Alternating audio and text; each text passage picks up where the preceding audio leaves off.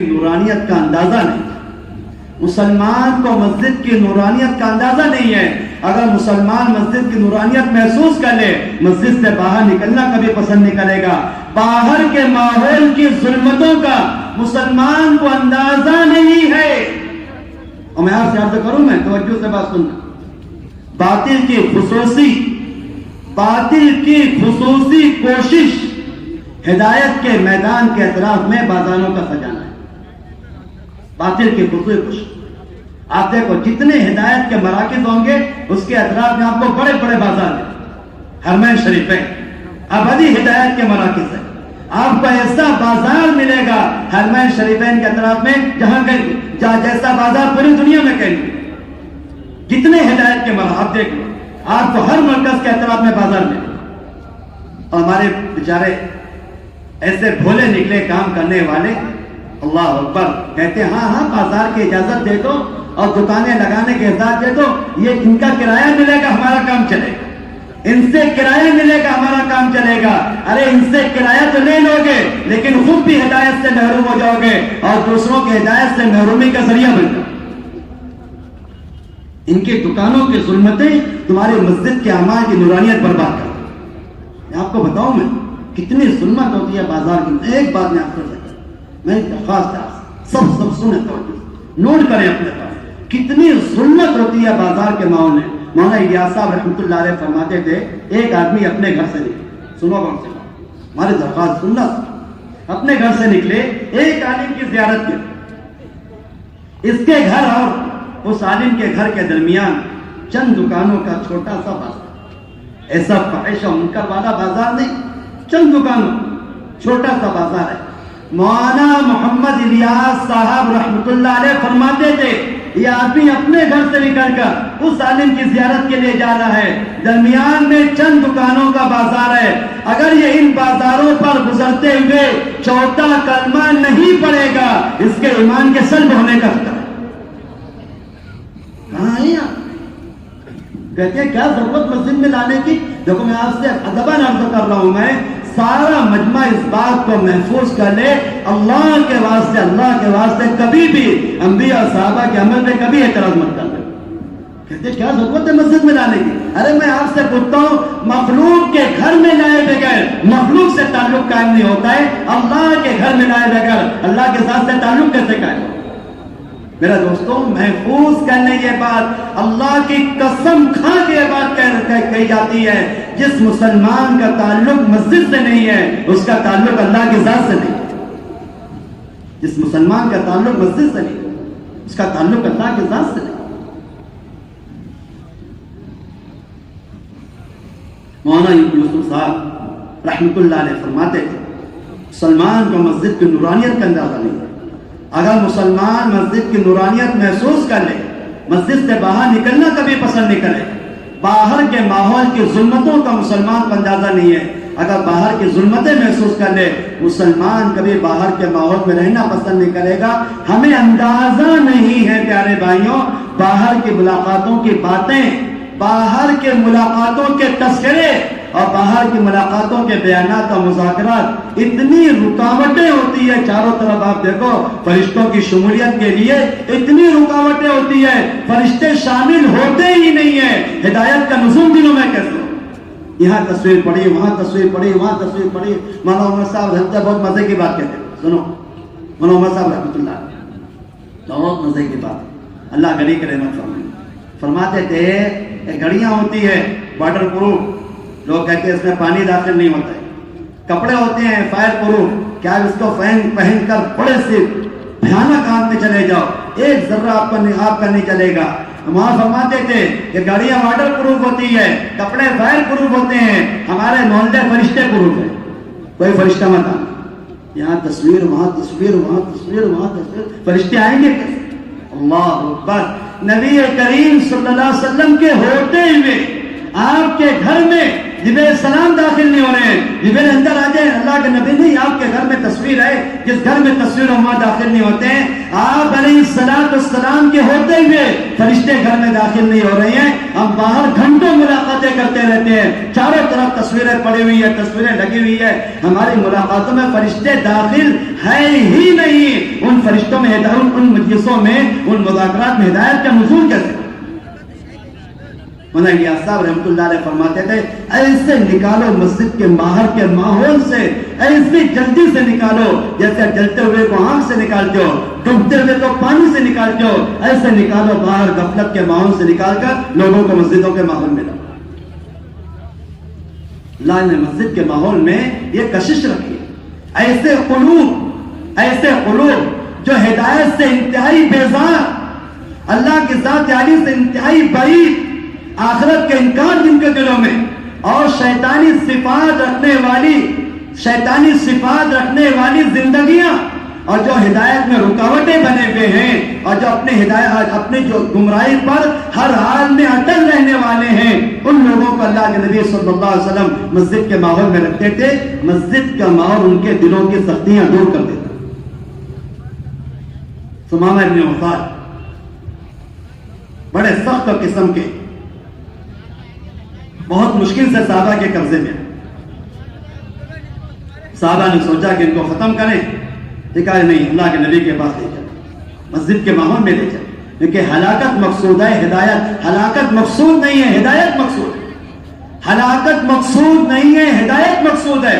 ہمیشہ یاد رکھو پیارے بھائیوں، نبی دنیا میں رحمت بن کے آئے ہیں، زحمت بن کے نہیں آئے۔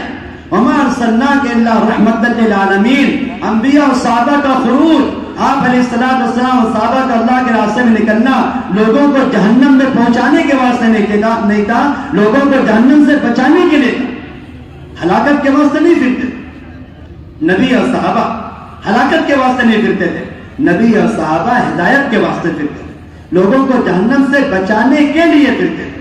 بات ہی غلط ہے اسلام تلوار کے زور سے پھیلا ہے، بات ہی غلط ہے اسلام تلوار کے زور سے پھیلا ہے، اسلام اخلاق کے شور سے پھیلا، تلوار کے زور سے نہیں، اخلاق کے شور سے۔ اس لیے حضرت علی رضی اللہ فرماتے تھے کہ جس مسلمان کو شریف انسان بننا ہے، شریف انسان بننا ہے، باعزت مسلمان بننا ہے، جس مسلمان کو شریف انسان بننا ہے، باعزت مسلمان بننا ہے، اپنی انسانیت کو کامل کرنا ہے، 6 چیزوں کا اہتمام کرے۔ سب سے پہلی چیز فرماتے تھے اللہ کے راستے میں زیادہ خرچہ لے گی۔ کیسا خرچہ؟ ہماری جماعت اللہ معاف فرمائے ایسی کنجوس بن کے چلتی ہے، بھائی ہمارے 10 ساتھی ہیں، 10 چائے لے کر آ جاؤ، ہمارے 8 ساتھی ہیں، 8 پانی کی بوتل لیو۔ کیوں بھائی؟ آپ کی طرف سارے ساتھی بیٹھے ہوئے ہیں، ہمارے وطنی برادر بھائی، یہ سب انسان نہیں، کھلاؤ پلاؤ۔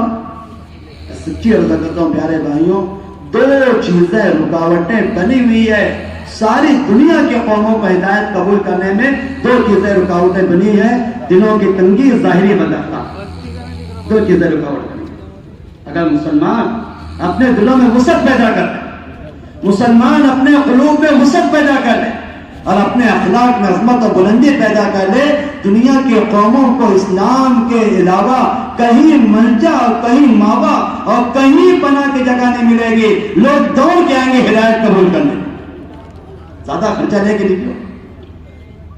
میں تو عرض کر رہا ہوں یہ 2 چیزیں اللہ کے نبی نے اپنی امت کو عطا فرمائی، مسجد کا ماحول۔ اس لیے ایک بات ہمیشہ یاد رکھیں، ہمارے اجتماعات بھیڑ جمع ہونے کا نام ہے، ہمارے اجتماع بھیڑ جمع ہونے کا نام نہیں۔ یاد رکھو پیارے بھائی، باطل اور حق کے اجتماعات میں فرق ہی ہے، باطل اور حق کے اجتماعات میں فرق ہی یہ ہوتا ہے، باطل کے اجتماعات بھیڑ سے بھرے ہوتے ہیں، نورانیت سے خالی ہوتے ہیں، حق کے اجتماعات میں چاہے مجمع کم ہو لیکن نورانیت خوب ہوتی ہے۔ ہمارے اجتماعات بھیڑ جمع ہونے کو نہیں کرتے، ہمارے اجتماعات یاد رکھو، ہمارے اجتماع کی سب سے پہلی بنیاد، یہاں جتنے بیٹھے ہیں میں سب سے عرض کر رہا ہوں، ہمارے اجتماع کی سب سے بنیادی بنیاد، سب سے بنیادی بات، ہمارے اجتماع کا سب سے بنیادی شان، ہم سب کو یہاں پر اجتماعی اور انفرادی ان اعمال کا ماحول قائم کرنا ہے جو اعمال تربیت کا، ہدایت کا، تزکیے کا، دلوں کی تمام کساوتوں اور شقاوتوں کو دور کرنے کا سبب بنتے ہیں۔ ان اعمال کو قائم کرنے کا نام اجتماع۔ ہم سب جتنے یہاں پر بیٹھے ہم سب اس کا اہتمام، اجتماع انفرادی جتنے اعمال نبی کریم علیہ السلام نے اپنے امت کو عطا فرمائے ہیں تربیت کے لیے، ہدایت کے لیے، تزکیے کے لیے، ہم سب ان اعمال کا ماحول یہاں کا اللہ نے بڑی کشش رکھی ہے۔ مولانا الیاس صاحب رحمت اللہ علیہ فرماتے تھے اللہ نے ماحول میں ایسی کشش رکھی ہے، ایسی قوت رکھی ہے جیسے قوت موسم میں ہوتی ہے۔ سردی کا موسم ہوگا ہر ایک متاثر ہوگا، گرمی کا موسم ہوگا ہر ایک متاثر ہوگا۔ جو قوت اللہ نے موسم میں رکھی ہے وہ قوت اللہ نے ماحول میں رکھی۔ ہمارا پہلا کام، ہمارے اجتماع بھیڑ کی کثرت کا نام نہیں، ہمارے اجتماع انفرادی اجتماعی اعمال جو اس مجموعے کا نام ہے، جو مجموعہ ہدایت اور تربیت کا سبب ہے۔ ہمارے اجتماع کا خلاصہ، ہمارے اجتماع کی شان یہ ہے نبی کریم صلی اللہ علیہ وسلم نے ایک ایک مسلمان کو مسجد سے جوڑا اور آپ نے مسجد میں وہ اعمال قائم فرمائے۔ آپ کی مسجدیں 24 گھنٹے آباد رہتی تھی، آپ کی مسجدیں 24 گھنٹہ آباد رہتی تھی۔ آپ مولانا حسین احمد مدنی رحمت اللہ علیہ نے اپنی فتاوی شیخ الاسلام کے اندر نقل فرمایا ہے، آپ علیہ السلام کی مجلس میں آپ کی مسجد کے اندر روزانہ یکے بعد دیگرے 20 اعمال مسجد نبی میں ہوتے ہیں۔ 20 اعمال۔ اب تو مسلمان کو پتہ ہی نہیں مسجد میں اعمال کیا۔ لوگ مسجد سے اتنے بدکے ہوئے ہیں، مسلمان اتنا بدکا ہوا ہے مسجد سے، اگر نماز کے وقتوں کے علاوہ کوئی مسلمان مسجد میں آ جائے دیکھنے والے کو اتنا تعجب ہوتا ہے، لوگ تعجب سے پوچھتے ہیں مسجد میں کیا کر رہے ہو؟ حالانکہ اتنا بٹنگا سوال ہے، اتنا محمل سوال ہے، اتنا لایانی سوال ہے، جیسے کوئی مچھلی سے پوچھے پانی میں کیا کر رہی ہے؟ کسی نادانی کی بات، مچھلی پوچھو پانی میں کیا ہے؟ پانی تو اس کی حیات ہے، اس کی عزت ہے، اس کی حفاظت ہے۔ کتنا محمل سوال ہے کسی مچھلی سے پوچھنا پانی سے کیا کر رہی ہے، کتنا بڑھنگا سوال ہے کسی مسلمان سے پوچھنا مسجد میں کیا کر رہی ہے۔ مسجد اس کی حیات ہے، اس کی ہدایت ہے، اس کی ترقی ہے۔ اللہ صاحب احسن التقاصی فی معرفت الاقالی علامہ بشار المقدسی کہتے ہیں، میں عربی ممالک کا سفر کرتے کرتے مصر پہنچا، ایک مسجد میں پہنچا ہوں میں، نماز کا وقت نہیں ہے، جمعہ کا دن نہیں ہے، عید کا دن نہیں ہے، دو نماز کے درمیان کا وقت تھا، اتنے ہلکے مسجد میں لگے ہوئے تھے، سیکھنے سکھانے کا سارا نظام مسجد میں چل رہا تھا۔ میں نے جا کے شمار کیا، ایک مسجد میں 110 ہلکے لگے ہوئے تھے، 110 ایک مسجد۔ اللہ اکبر، کوئی تقاضا نہیں ہے طبیعت کا، نہ اللہ کے راستے میں نکلنے والی جماعتوں سے۔ گھر میں بیٹھ کے بات کر لو، دکان میں بات کر لو، بازاروں کے ماحول میں بات کر لو، چلتے پھرتے بات کر لو، اللہ اکبر، اور بات کر کے ایسے ہی چھوڑ دو۔ یاد رکھو پیارے بھائیوں، بات کر کے امت کو سنت کے ماحول میں چھوڑ دینے والوں پر اللہ اس سے زیادہ ناراض ہے جیسے کوئی باپ کا بیٹا گم ہو جائے اور کسی مسلمان کو دکھائی دے اور وہ اس کو اس کے گھر نہ پہنچائے اور پھر وہ بیٹا کسی ہلاکت میں کسی مصیبت میں مبتلا ہو جائے، ہلاک ہو جائے، ڈوب جائے، جل جائے اور پھر اس کے باپ کو معلوم پڑ جائے کہ اچھا آپ کو میرا بیٹا دکھائی دیا تھا، ہاں میں نے آپ کے بچے کو دیکھا، پھر بھی آپ نے گھر تک نہیں پہنچے، نہیں میں نے کہہ دیا تھا مسجد آنا ہے تو آ جاؤ۔ یہ حال ہے، ارے آنا تو آ جاؤ، اور جس کو کرنا ہے کرے گا۔ میں نے اس سے کہا تھا بیٹے کہ تمہارے ابا تمہیں بہت یاد کر رہے ہیں اور جلدی سے آ جاؤ، اور تمہاری اماں بہت رو رہی ہے، آپ مجھے بتاؤ کتنا ناراض ہوگا باپ اس بیٹے اس آدمی پر کہ تمہیں شرم نہیں آتی جب میرا بیٹا تمہیں ملا تم نے اس کو مجھ تک کیوں نہیں پہنچایا؟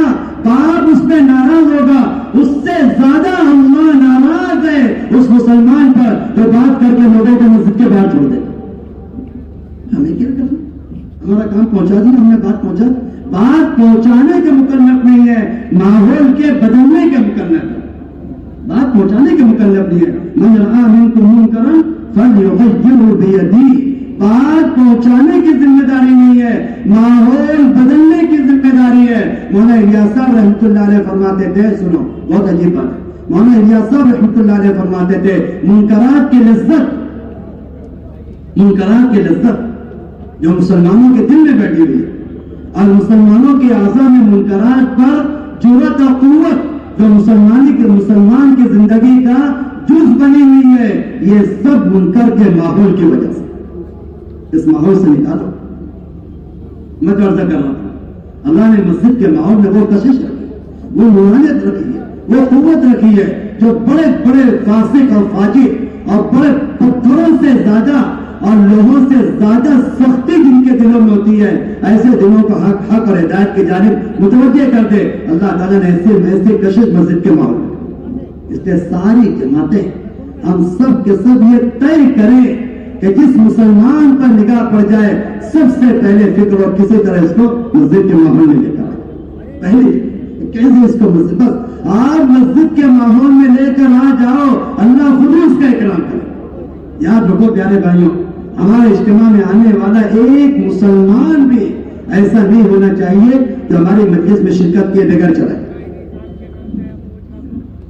ایک ایک مسلمان کا اکرام کرنا, ایک ایک مسلمان. مولانا الیاس صاحب رحمۃ اللہ علیہ کا حال یہ تھا, کسی نئے مسلمان کو دیکھ لیتے تھے ایسے جھپٹتے تھے اس کی طرف جیسے شکاری شکار کر جھپٹتا ہے.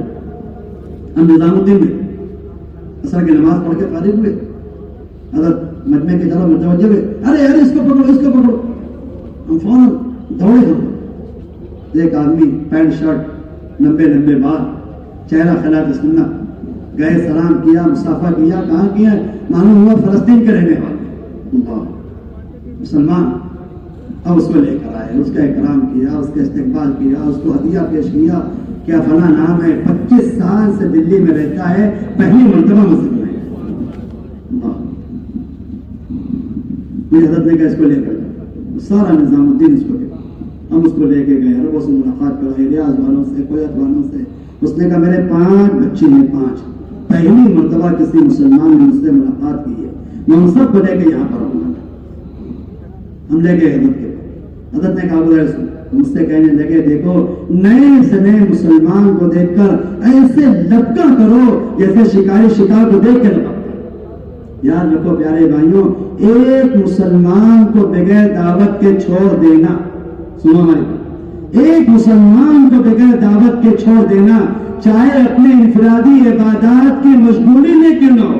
الفاظ پہ غور کرو, ایک مسلمان کو بغیر دعوت کے چھوڑ دینا, چاہے انفرادی عبادات کی مشغولی کی وجہ سے کیوں نہ ہو. آپ نے اللہ کے غضب کو اپنی جانب متوجہ کر لیا, چاہے انفرادی عبادت کی مشغولی کی. لیکن میں آپ کو سناؤ مزے کی بات, سنو عجیب بات, مزے کی بات سنو. شیطان عام مسلمانوں کے دلوں میں معاصی کو مسین کرتا ہے. شیطان عام مسلمانوں کے دلوں میں معاصی کو مسین کرتا ہے. کام کرنے والوں کے دلوں میں دعوت کے وقت میں انفرادی عبادات کو مسین کرتا ہے. آپ سمجھتے ہو مزہ آ رہا ہے, عجیب بڑا دل لگ رہا ہے, بڑی لذت ہو رہی ہے, بہت اچھا لگ رہا ہے. ذکر میں تلاوت میں, حالانکہ دعوت کا وقت ہے, آپ کا عبادت میں مزہ آ رہا ہے. شہوت کا شیطان نے آپ کو دھوکہ دے دیا.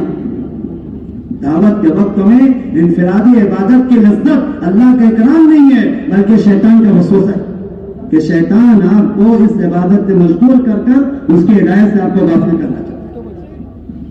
تو امام ابن عفان بڑے سخت دل کے آدمی مسجد نبی کے اندر لائے گئے. آپ نے پوچھا کیا ارادہ ہے؟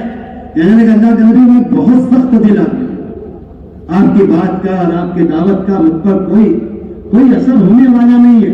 ان تک تم زیادہ دن وَإِن مَنَا شَاكِرٍ, آپ مجھے ماننا چاہیں میں مرنے کے لیے تیار ہوں, اور اگر مجھ پر احسان کریں گے تو میں بااخلاق آدمی ہوں, میں آپ کے احسان کا بدلہ دوں گا, ناشکری نہیں کروں گا. آپ نے کہا ان کو رکھو مسجد کے باہر. اس نے 3 خرابیاں پیش کی. سنو غور سے, اس نے 3 خرابیاں پیش کی. اللہ کے نبی نے 3 طریقے سے کرم اپنی 3 خرابیاں پیش کی. کہنے لگے اللہ کے نبی آج تک کسی مشرک سے یہ اجتماعی طور پر ان 3 خرابیوں کا اظہار کسی سے ثابت نہیں ہے. یہ سننے بھی مسلم نے کہنے لگے اللہ کے نبی علیہ باللہ آپ کا چہرہ میری نگاہ میں سب سے مبغوض چہرہ ہے. علیہ باللہ سب سے زیادہ بغض و نفرت مجھے آپ کے چہرے سے کہنے لگے آپ کا دین میری نگاہ میں سب سے مبغوض دین ہے، سب سے زیادہ نفرت مجھے آپ کے دین سے، اور کہنے لگا سب سے زیادہ مبغوض شہر میری نگاہ میں آپ کا شہر مدینہ ہے، سب سے زیادہ نفرت آپ کے شہر سے، سب سے زیادہ نفرت آپ کے دین سے، الیاذ باللہ استغفر اللہ، اور سب سے زیادہ منحوس اور مبغوض چہرہ استغفر اللہ ثم الیاذ باللہ میری نگاہ میں ابغض الوجوہ، سب سے مبغوض چہرہ میری نگاہ میں آپ کا چہرہ۔ آپ نے 3 طریقے سے کہا، سنو تو صحیح، ہمارا تو حال یہ تھی، جہاں کوئی ایک مرتبہ مخالفت کر دے، جہاں کوئی ایک مرتبہ مخالفت کر دے، اس کی ملاقات سے ایسے اعراض کرنے لگتے ہیں جیسے وحی نازل ہوئی ہے جو اس کا ہدایت ملنے والی نہیں، ایسا اعراض، ایک مرتبہ کوئی بے احترامی اور اس کی گلی بھی بھول جائے، اس کا در بھی بھول جائے، اور کیا کہتے ہیں کام کا مخالف ہے، کام کا مخالف نہیں، آپ کی ذات کا مخالف، آپ کے سلوک کا مخالف، آپ نے اچھی طرح بات پیش نہیں کی، 3 خرابی پیش، آپ نے 3 طریقے سے کرام، پہلا اکرام آپ نے کیا، آپ نے سارے صحابہ کو کہا دیکھو یہ تمہارے ابن وفاد اپنے قبیلے کا بڑا سردار ہے، کوئی اس کے دل کو دکھانے والی کوئی بات کسی کے زبان سے نہیں نکلنی چاہیے۔ میں دوستوں میں کیا عرض کروں، اللہ ہم سب کو معاف فرمائے، آپ بھی مجھے معاف فرمائے۔ آپ صلی اللہ تعالی علیہ وسلم اخلاق کی کس کمال پر پہنچے ہوئے تھے مشرکین و کفار کے ساتھ، اس اخلاق کے کمال پہ ابھی تک ہم لوگ اپنے ساتھیوں کے ساتھ بھی نہیں پہنچے۔ آپ نے سب سے کہ کوئی اس کے دل کو دکھانے والے کوئی بات، دل آزار کوئی بات اس سے نہ، ایک بات۔ دوسری بات انصار سے کہی کہ دیکھو اپنے گھروں سے بہترین کھانے بنا کے لاؤ، اس کو کھلواؤ۔ ہمارا تو حال عجیب، کوئی دوست ہو، کوئی چاہنے والا، کوئی اپنے حلقے والا، کوئی اپنا ہم مزاج، اگر وہ ہمارے پاس آ جائے تو دسترخوان بھی وسیع ہے اور دل بھی وسیع ہے، اور کوئی اجنبی مسلمان دکھ جائے ہمارے پاس کچھ نہیں۔ یاد رکھو پیارے بھائیوں، ہم مسلمان کا اکرام نہیں کرتے ہیں، ہم تو محسن کا اکرام کرتے ہیں۔ محسن کا اکرام نہیں، مسلمان کا اکرام۔ اجنبی مسلمان ہے، کوئی تعلق نہیں ہے، مسلمان ہے آپ اکرام کرو اس کا۔ مسلمان بھی نہیں ہے، غیر ایمان والا ہے، آپ اس کے ساتھ احسان کرو۔ کسی غیر ایمان والے کو یہ سوچ کر اس پہ احسان نہ کرنا یہ غیر ایمان والا ہے، سمجھ لو آپ نے اللہ تعالیٰ کو اپنے اوپر ناراض کر دیا۔ ایک وقت ابراہیم اسلام ایک وقت ایک مجوسی کو بغیر بسم اللہ کو کھلانے کو تیار نہیں ہوئے، ایک مجوسی، آنکھ کا پجاری، اللہ تعالیٰ ناراض ہو۔ ابراہیم ایک وقت کا کھانا بغیر بسم اللہ کو نہیں کھلا سکتے ہو، ہم ساری زندگی اس کو کھلا رہے ہیں، ایک وقت کا کھانا نہیں کھلا سکتے۔ فوراً دوڑے اور اس کو لے کر کہ بھائی کھانا کہنے لگے کیا بات ہے؟ کہنے لگے اللہ نے تنبیہ کی ہے کہ بغیر بسم اللہ کے ایک مرتبہ کھلا نہیں سکتے۔ کہنے لگے کھانا بعد میں کھلانا، پہلے اسلام میں داخل کر، پہلے کلمہ پڑھو بعد میں کھانا۔ جب اس کا یہ سلوک ہے میرے ساتھ تو مجھے بھی اس کے اوپر ایمان لانا چاہیے، کھانا بعد میں کھلاؤ پہلے اسلام میں داخل کرو۔ آپ نے سارے صحابہ سے اس کو کوئی برا بنا، انصار سے کہا آپ نے بہترین کھانے اس کے لیے بنا کے۔ اور تیسری بات، 9 گھروں میں آپ نے اعلان کیا کہ جو کچھ تمہارے گھر میں ہے سب پیش کر دو، اپنی قوم کا سردار آیا۔ ایسی بڑی 3 خرابیاں بیان کرنے والا جو کسی سے ثابت نہیں ہے اجتماعی طور پر، ایسی 3 خرابیوں کا اظہار، ایسی بڑی خرابیوں کے مرتکب اور مبتلا جو شخص ہے اس کے ساتھ 3 قسم کا اکرام، 3 قسم کا اکرام ہوا، اور 3 دن مسجد کے باہر میں آپ اور مسجد نبوی عمل سے آپ، اس لیے ہم سب سے عرض کرتے ہیں ہماری جتنی جماعتیں اللہ کے راستے میں جا رہی ہیں، اور ہم سب کے سب اس کا اہتمام کریں کہ ہر مسلمان اپنا 8 گھنٹہ، اپنا 10 گھنٹہ فارغ کرے اور اپنے مسجدوں کو 24 گھنٹہ آباد کرے۔ یہ خیال ہی دل سے نکال دیں، یہ خیال ہی دل سے نکال دو پیارے بھائیوں کہ اگر 8 گھنٹہ مسجد میں دیں گے ہم، رزق کا کیا ہوگا؟ میں آپ سے کیا عرض کروں، آپ مسجد کی آبادی کا اہتمام کر لو، اللہ ان مخلوق کے ذریعے روزے پہنچا دیں گے جو روزی کو برباد کرتی ہے، وہی روزی کو پہنچانے کا اور روزی کی حفاظت کا ذریعہ بن جائے۔ ایسی جگہ سے اللہ روزے پہنچائیں گے، وہ ہمیں گمان نہیں دیا۔ 3 دن آپ نے ان کو مسجد کے ماحول میں، ہر دن آپ ملاقات کر رہے ہیں، وہ اپنی بات پہ جمے ہوئے ہیں کہ میں معمولی آدمی نہیں ہوں، بہت پکا آدمی ہوں، میں آپ کی بات سے متاثر نہیں ہونے والا ہوں۔ 3 دن ہو گیا، آپ نے کہا چھوڑ، اطلقہ الصلاۃ، چھوڑ دو۔ مسجد کے باہر گئے، باغیچہ غسل کیا، کپڑے تبدیل کیے اور مسجد میں داخل ہوئے، اشہد ان لا الہ الا اللہ واشہد ان محمد عبدک ورسولک، کلمہ پڑھ کے مسلمان ہو گئے۔ اور پھر کہا کہ اللہ کے نبی 3 دن آپ کے ماحول میں رہا ہوں، 3 قسم کا کرام دیکھا ہوں، میری تینوں خرابیوں کو اللہ نے 3 خوبیوں کے اندر تبدیل کر دیا۔ آج سے آپ کا چہرے انور میرے نگاہ میں سب سے عظیم چہرہ ہے، سب سے محبوب چہرہ، سب سے مقدس چہرہ میری نگاہ میں آپ کا چہرہ انور صلی اللہ علیہ وسلم۔ آج سے آپ کا دین میری نگاہ میں سب سے محبوب دین ہے، اور آج سے آپ کا شہر میری نگاہ میں سب سے زیادہ محبوب شہر ہے۔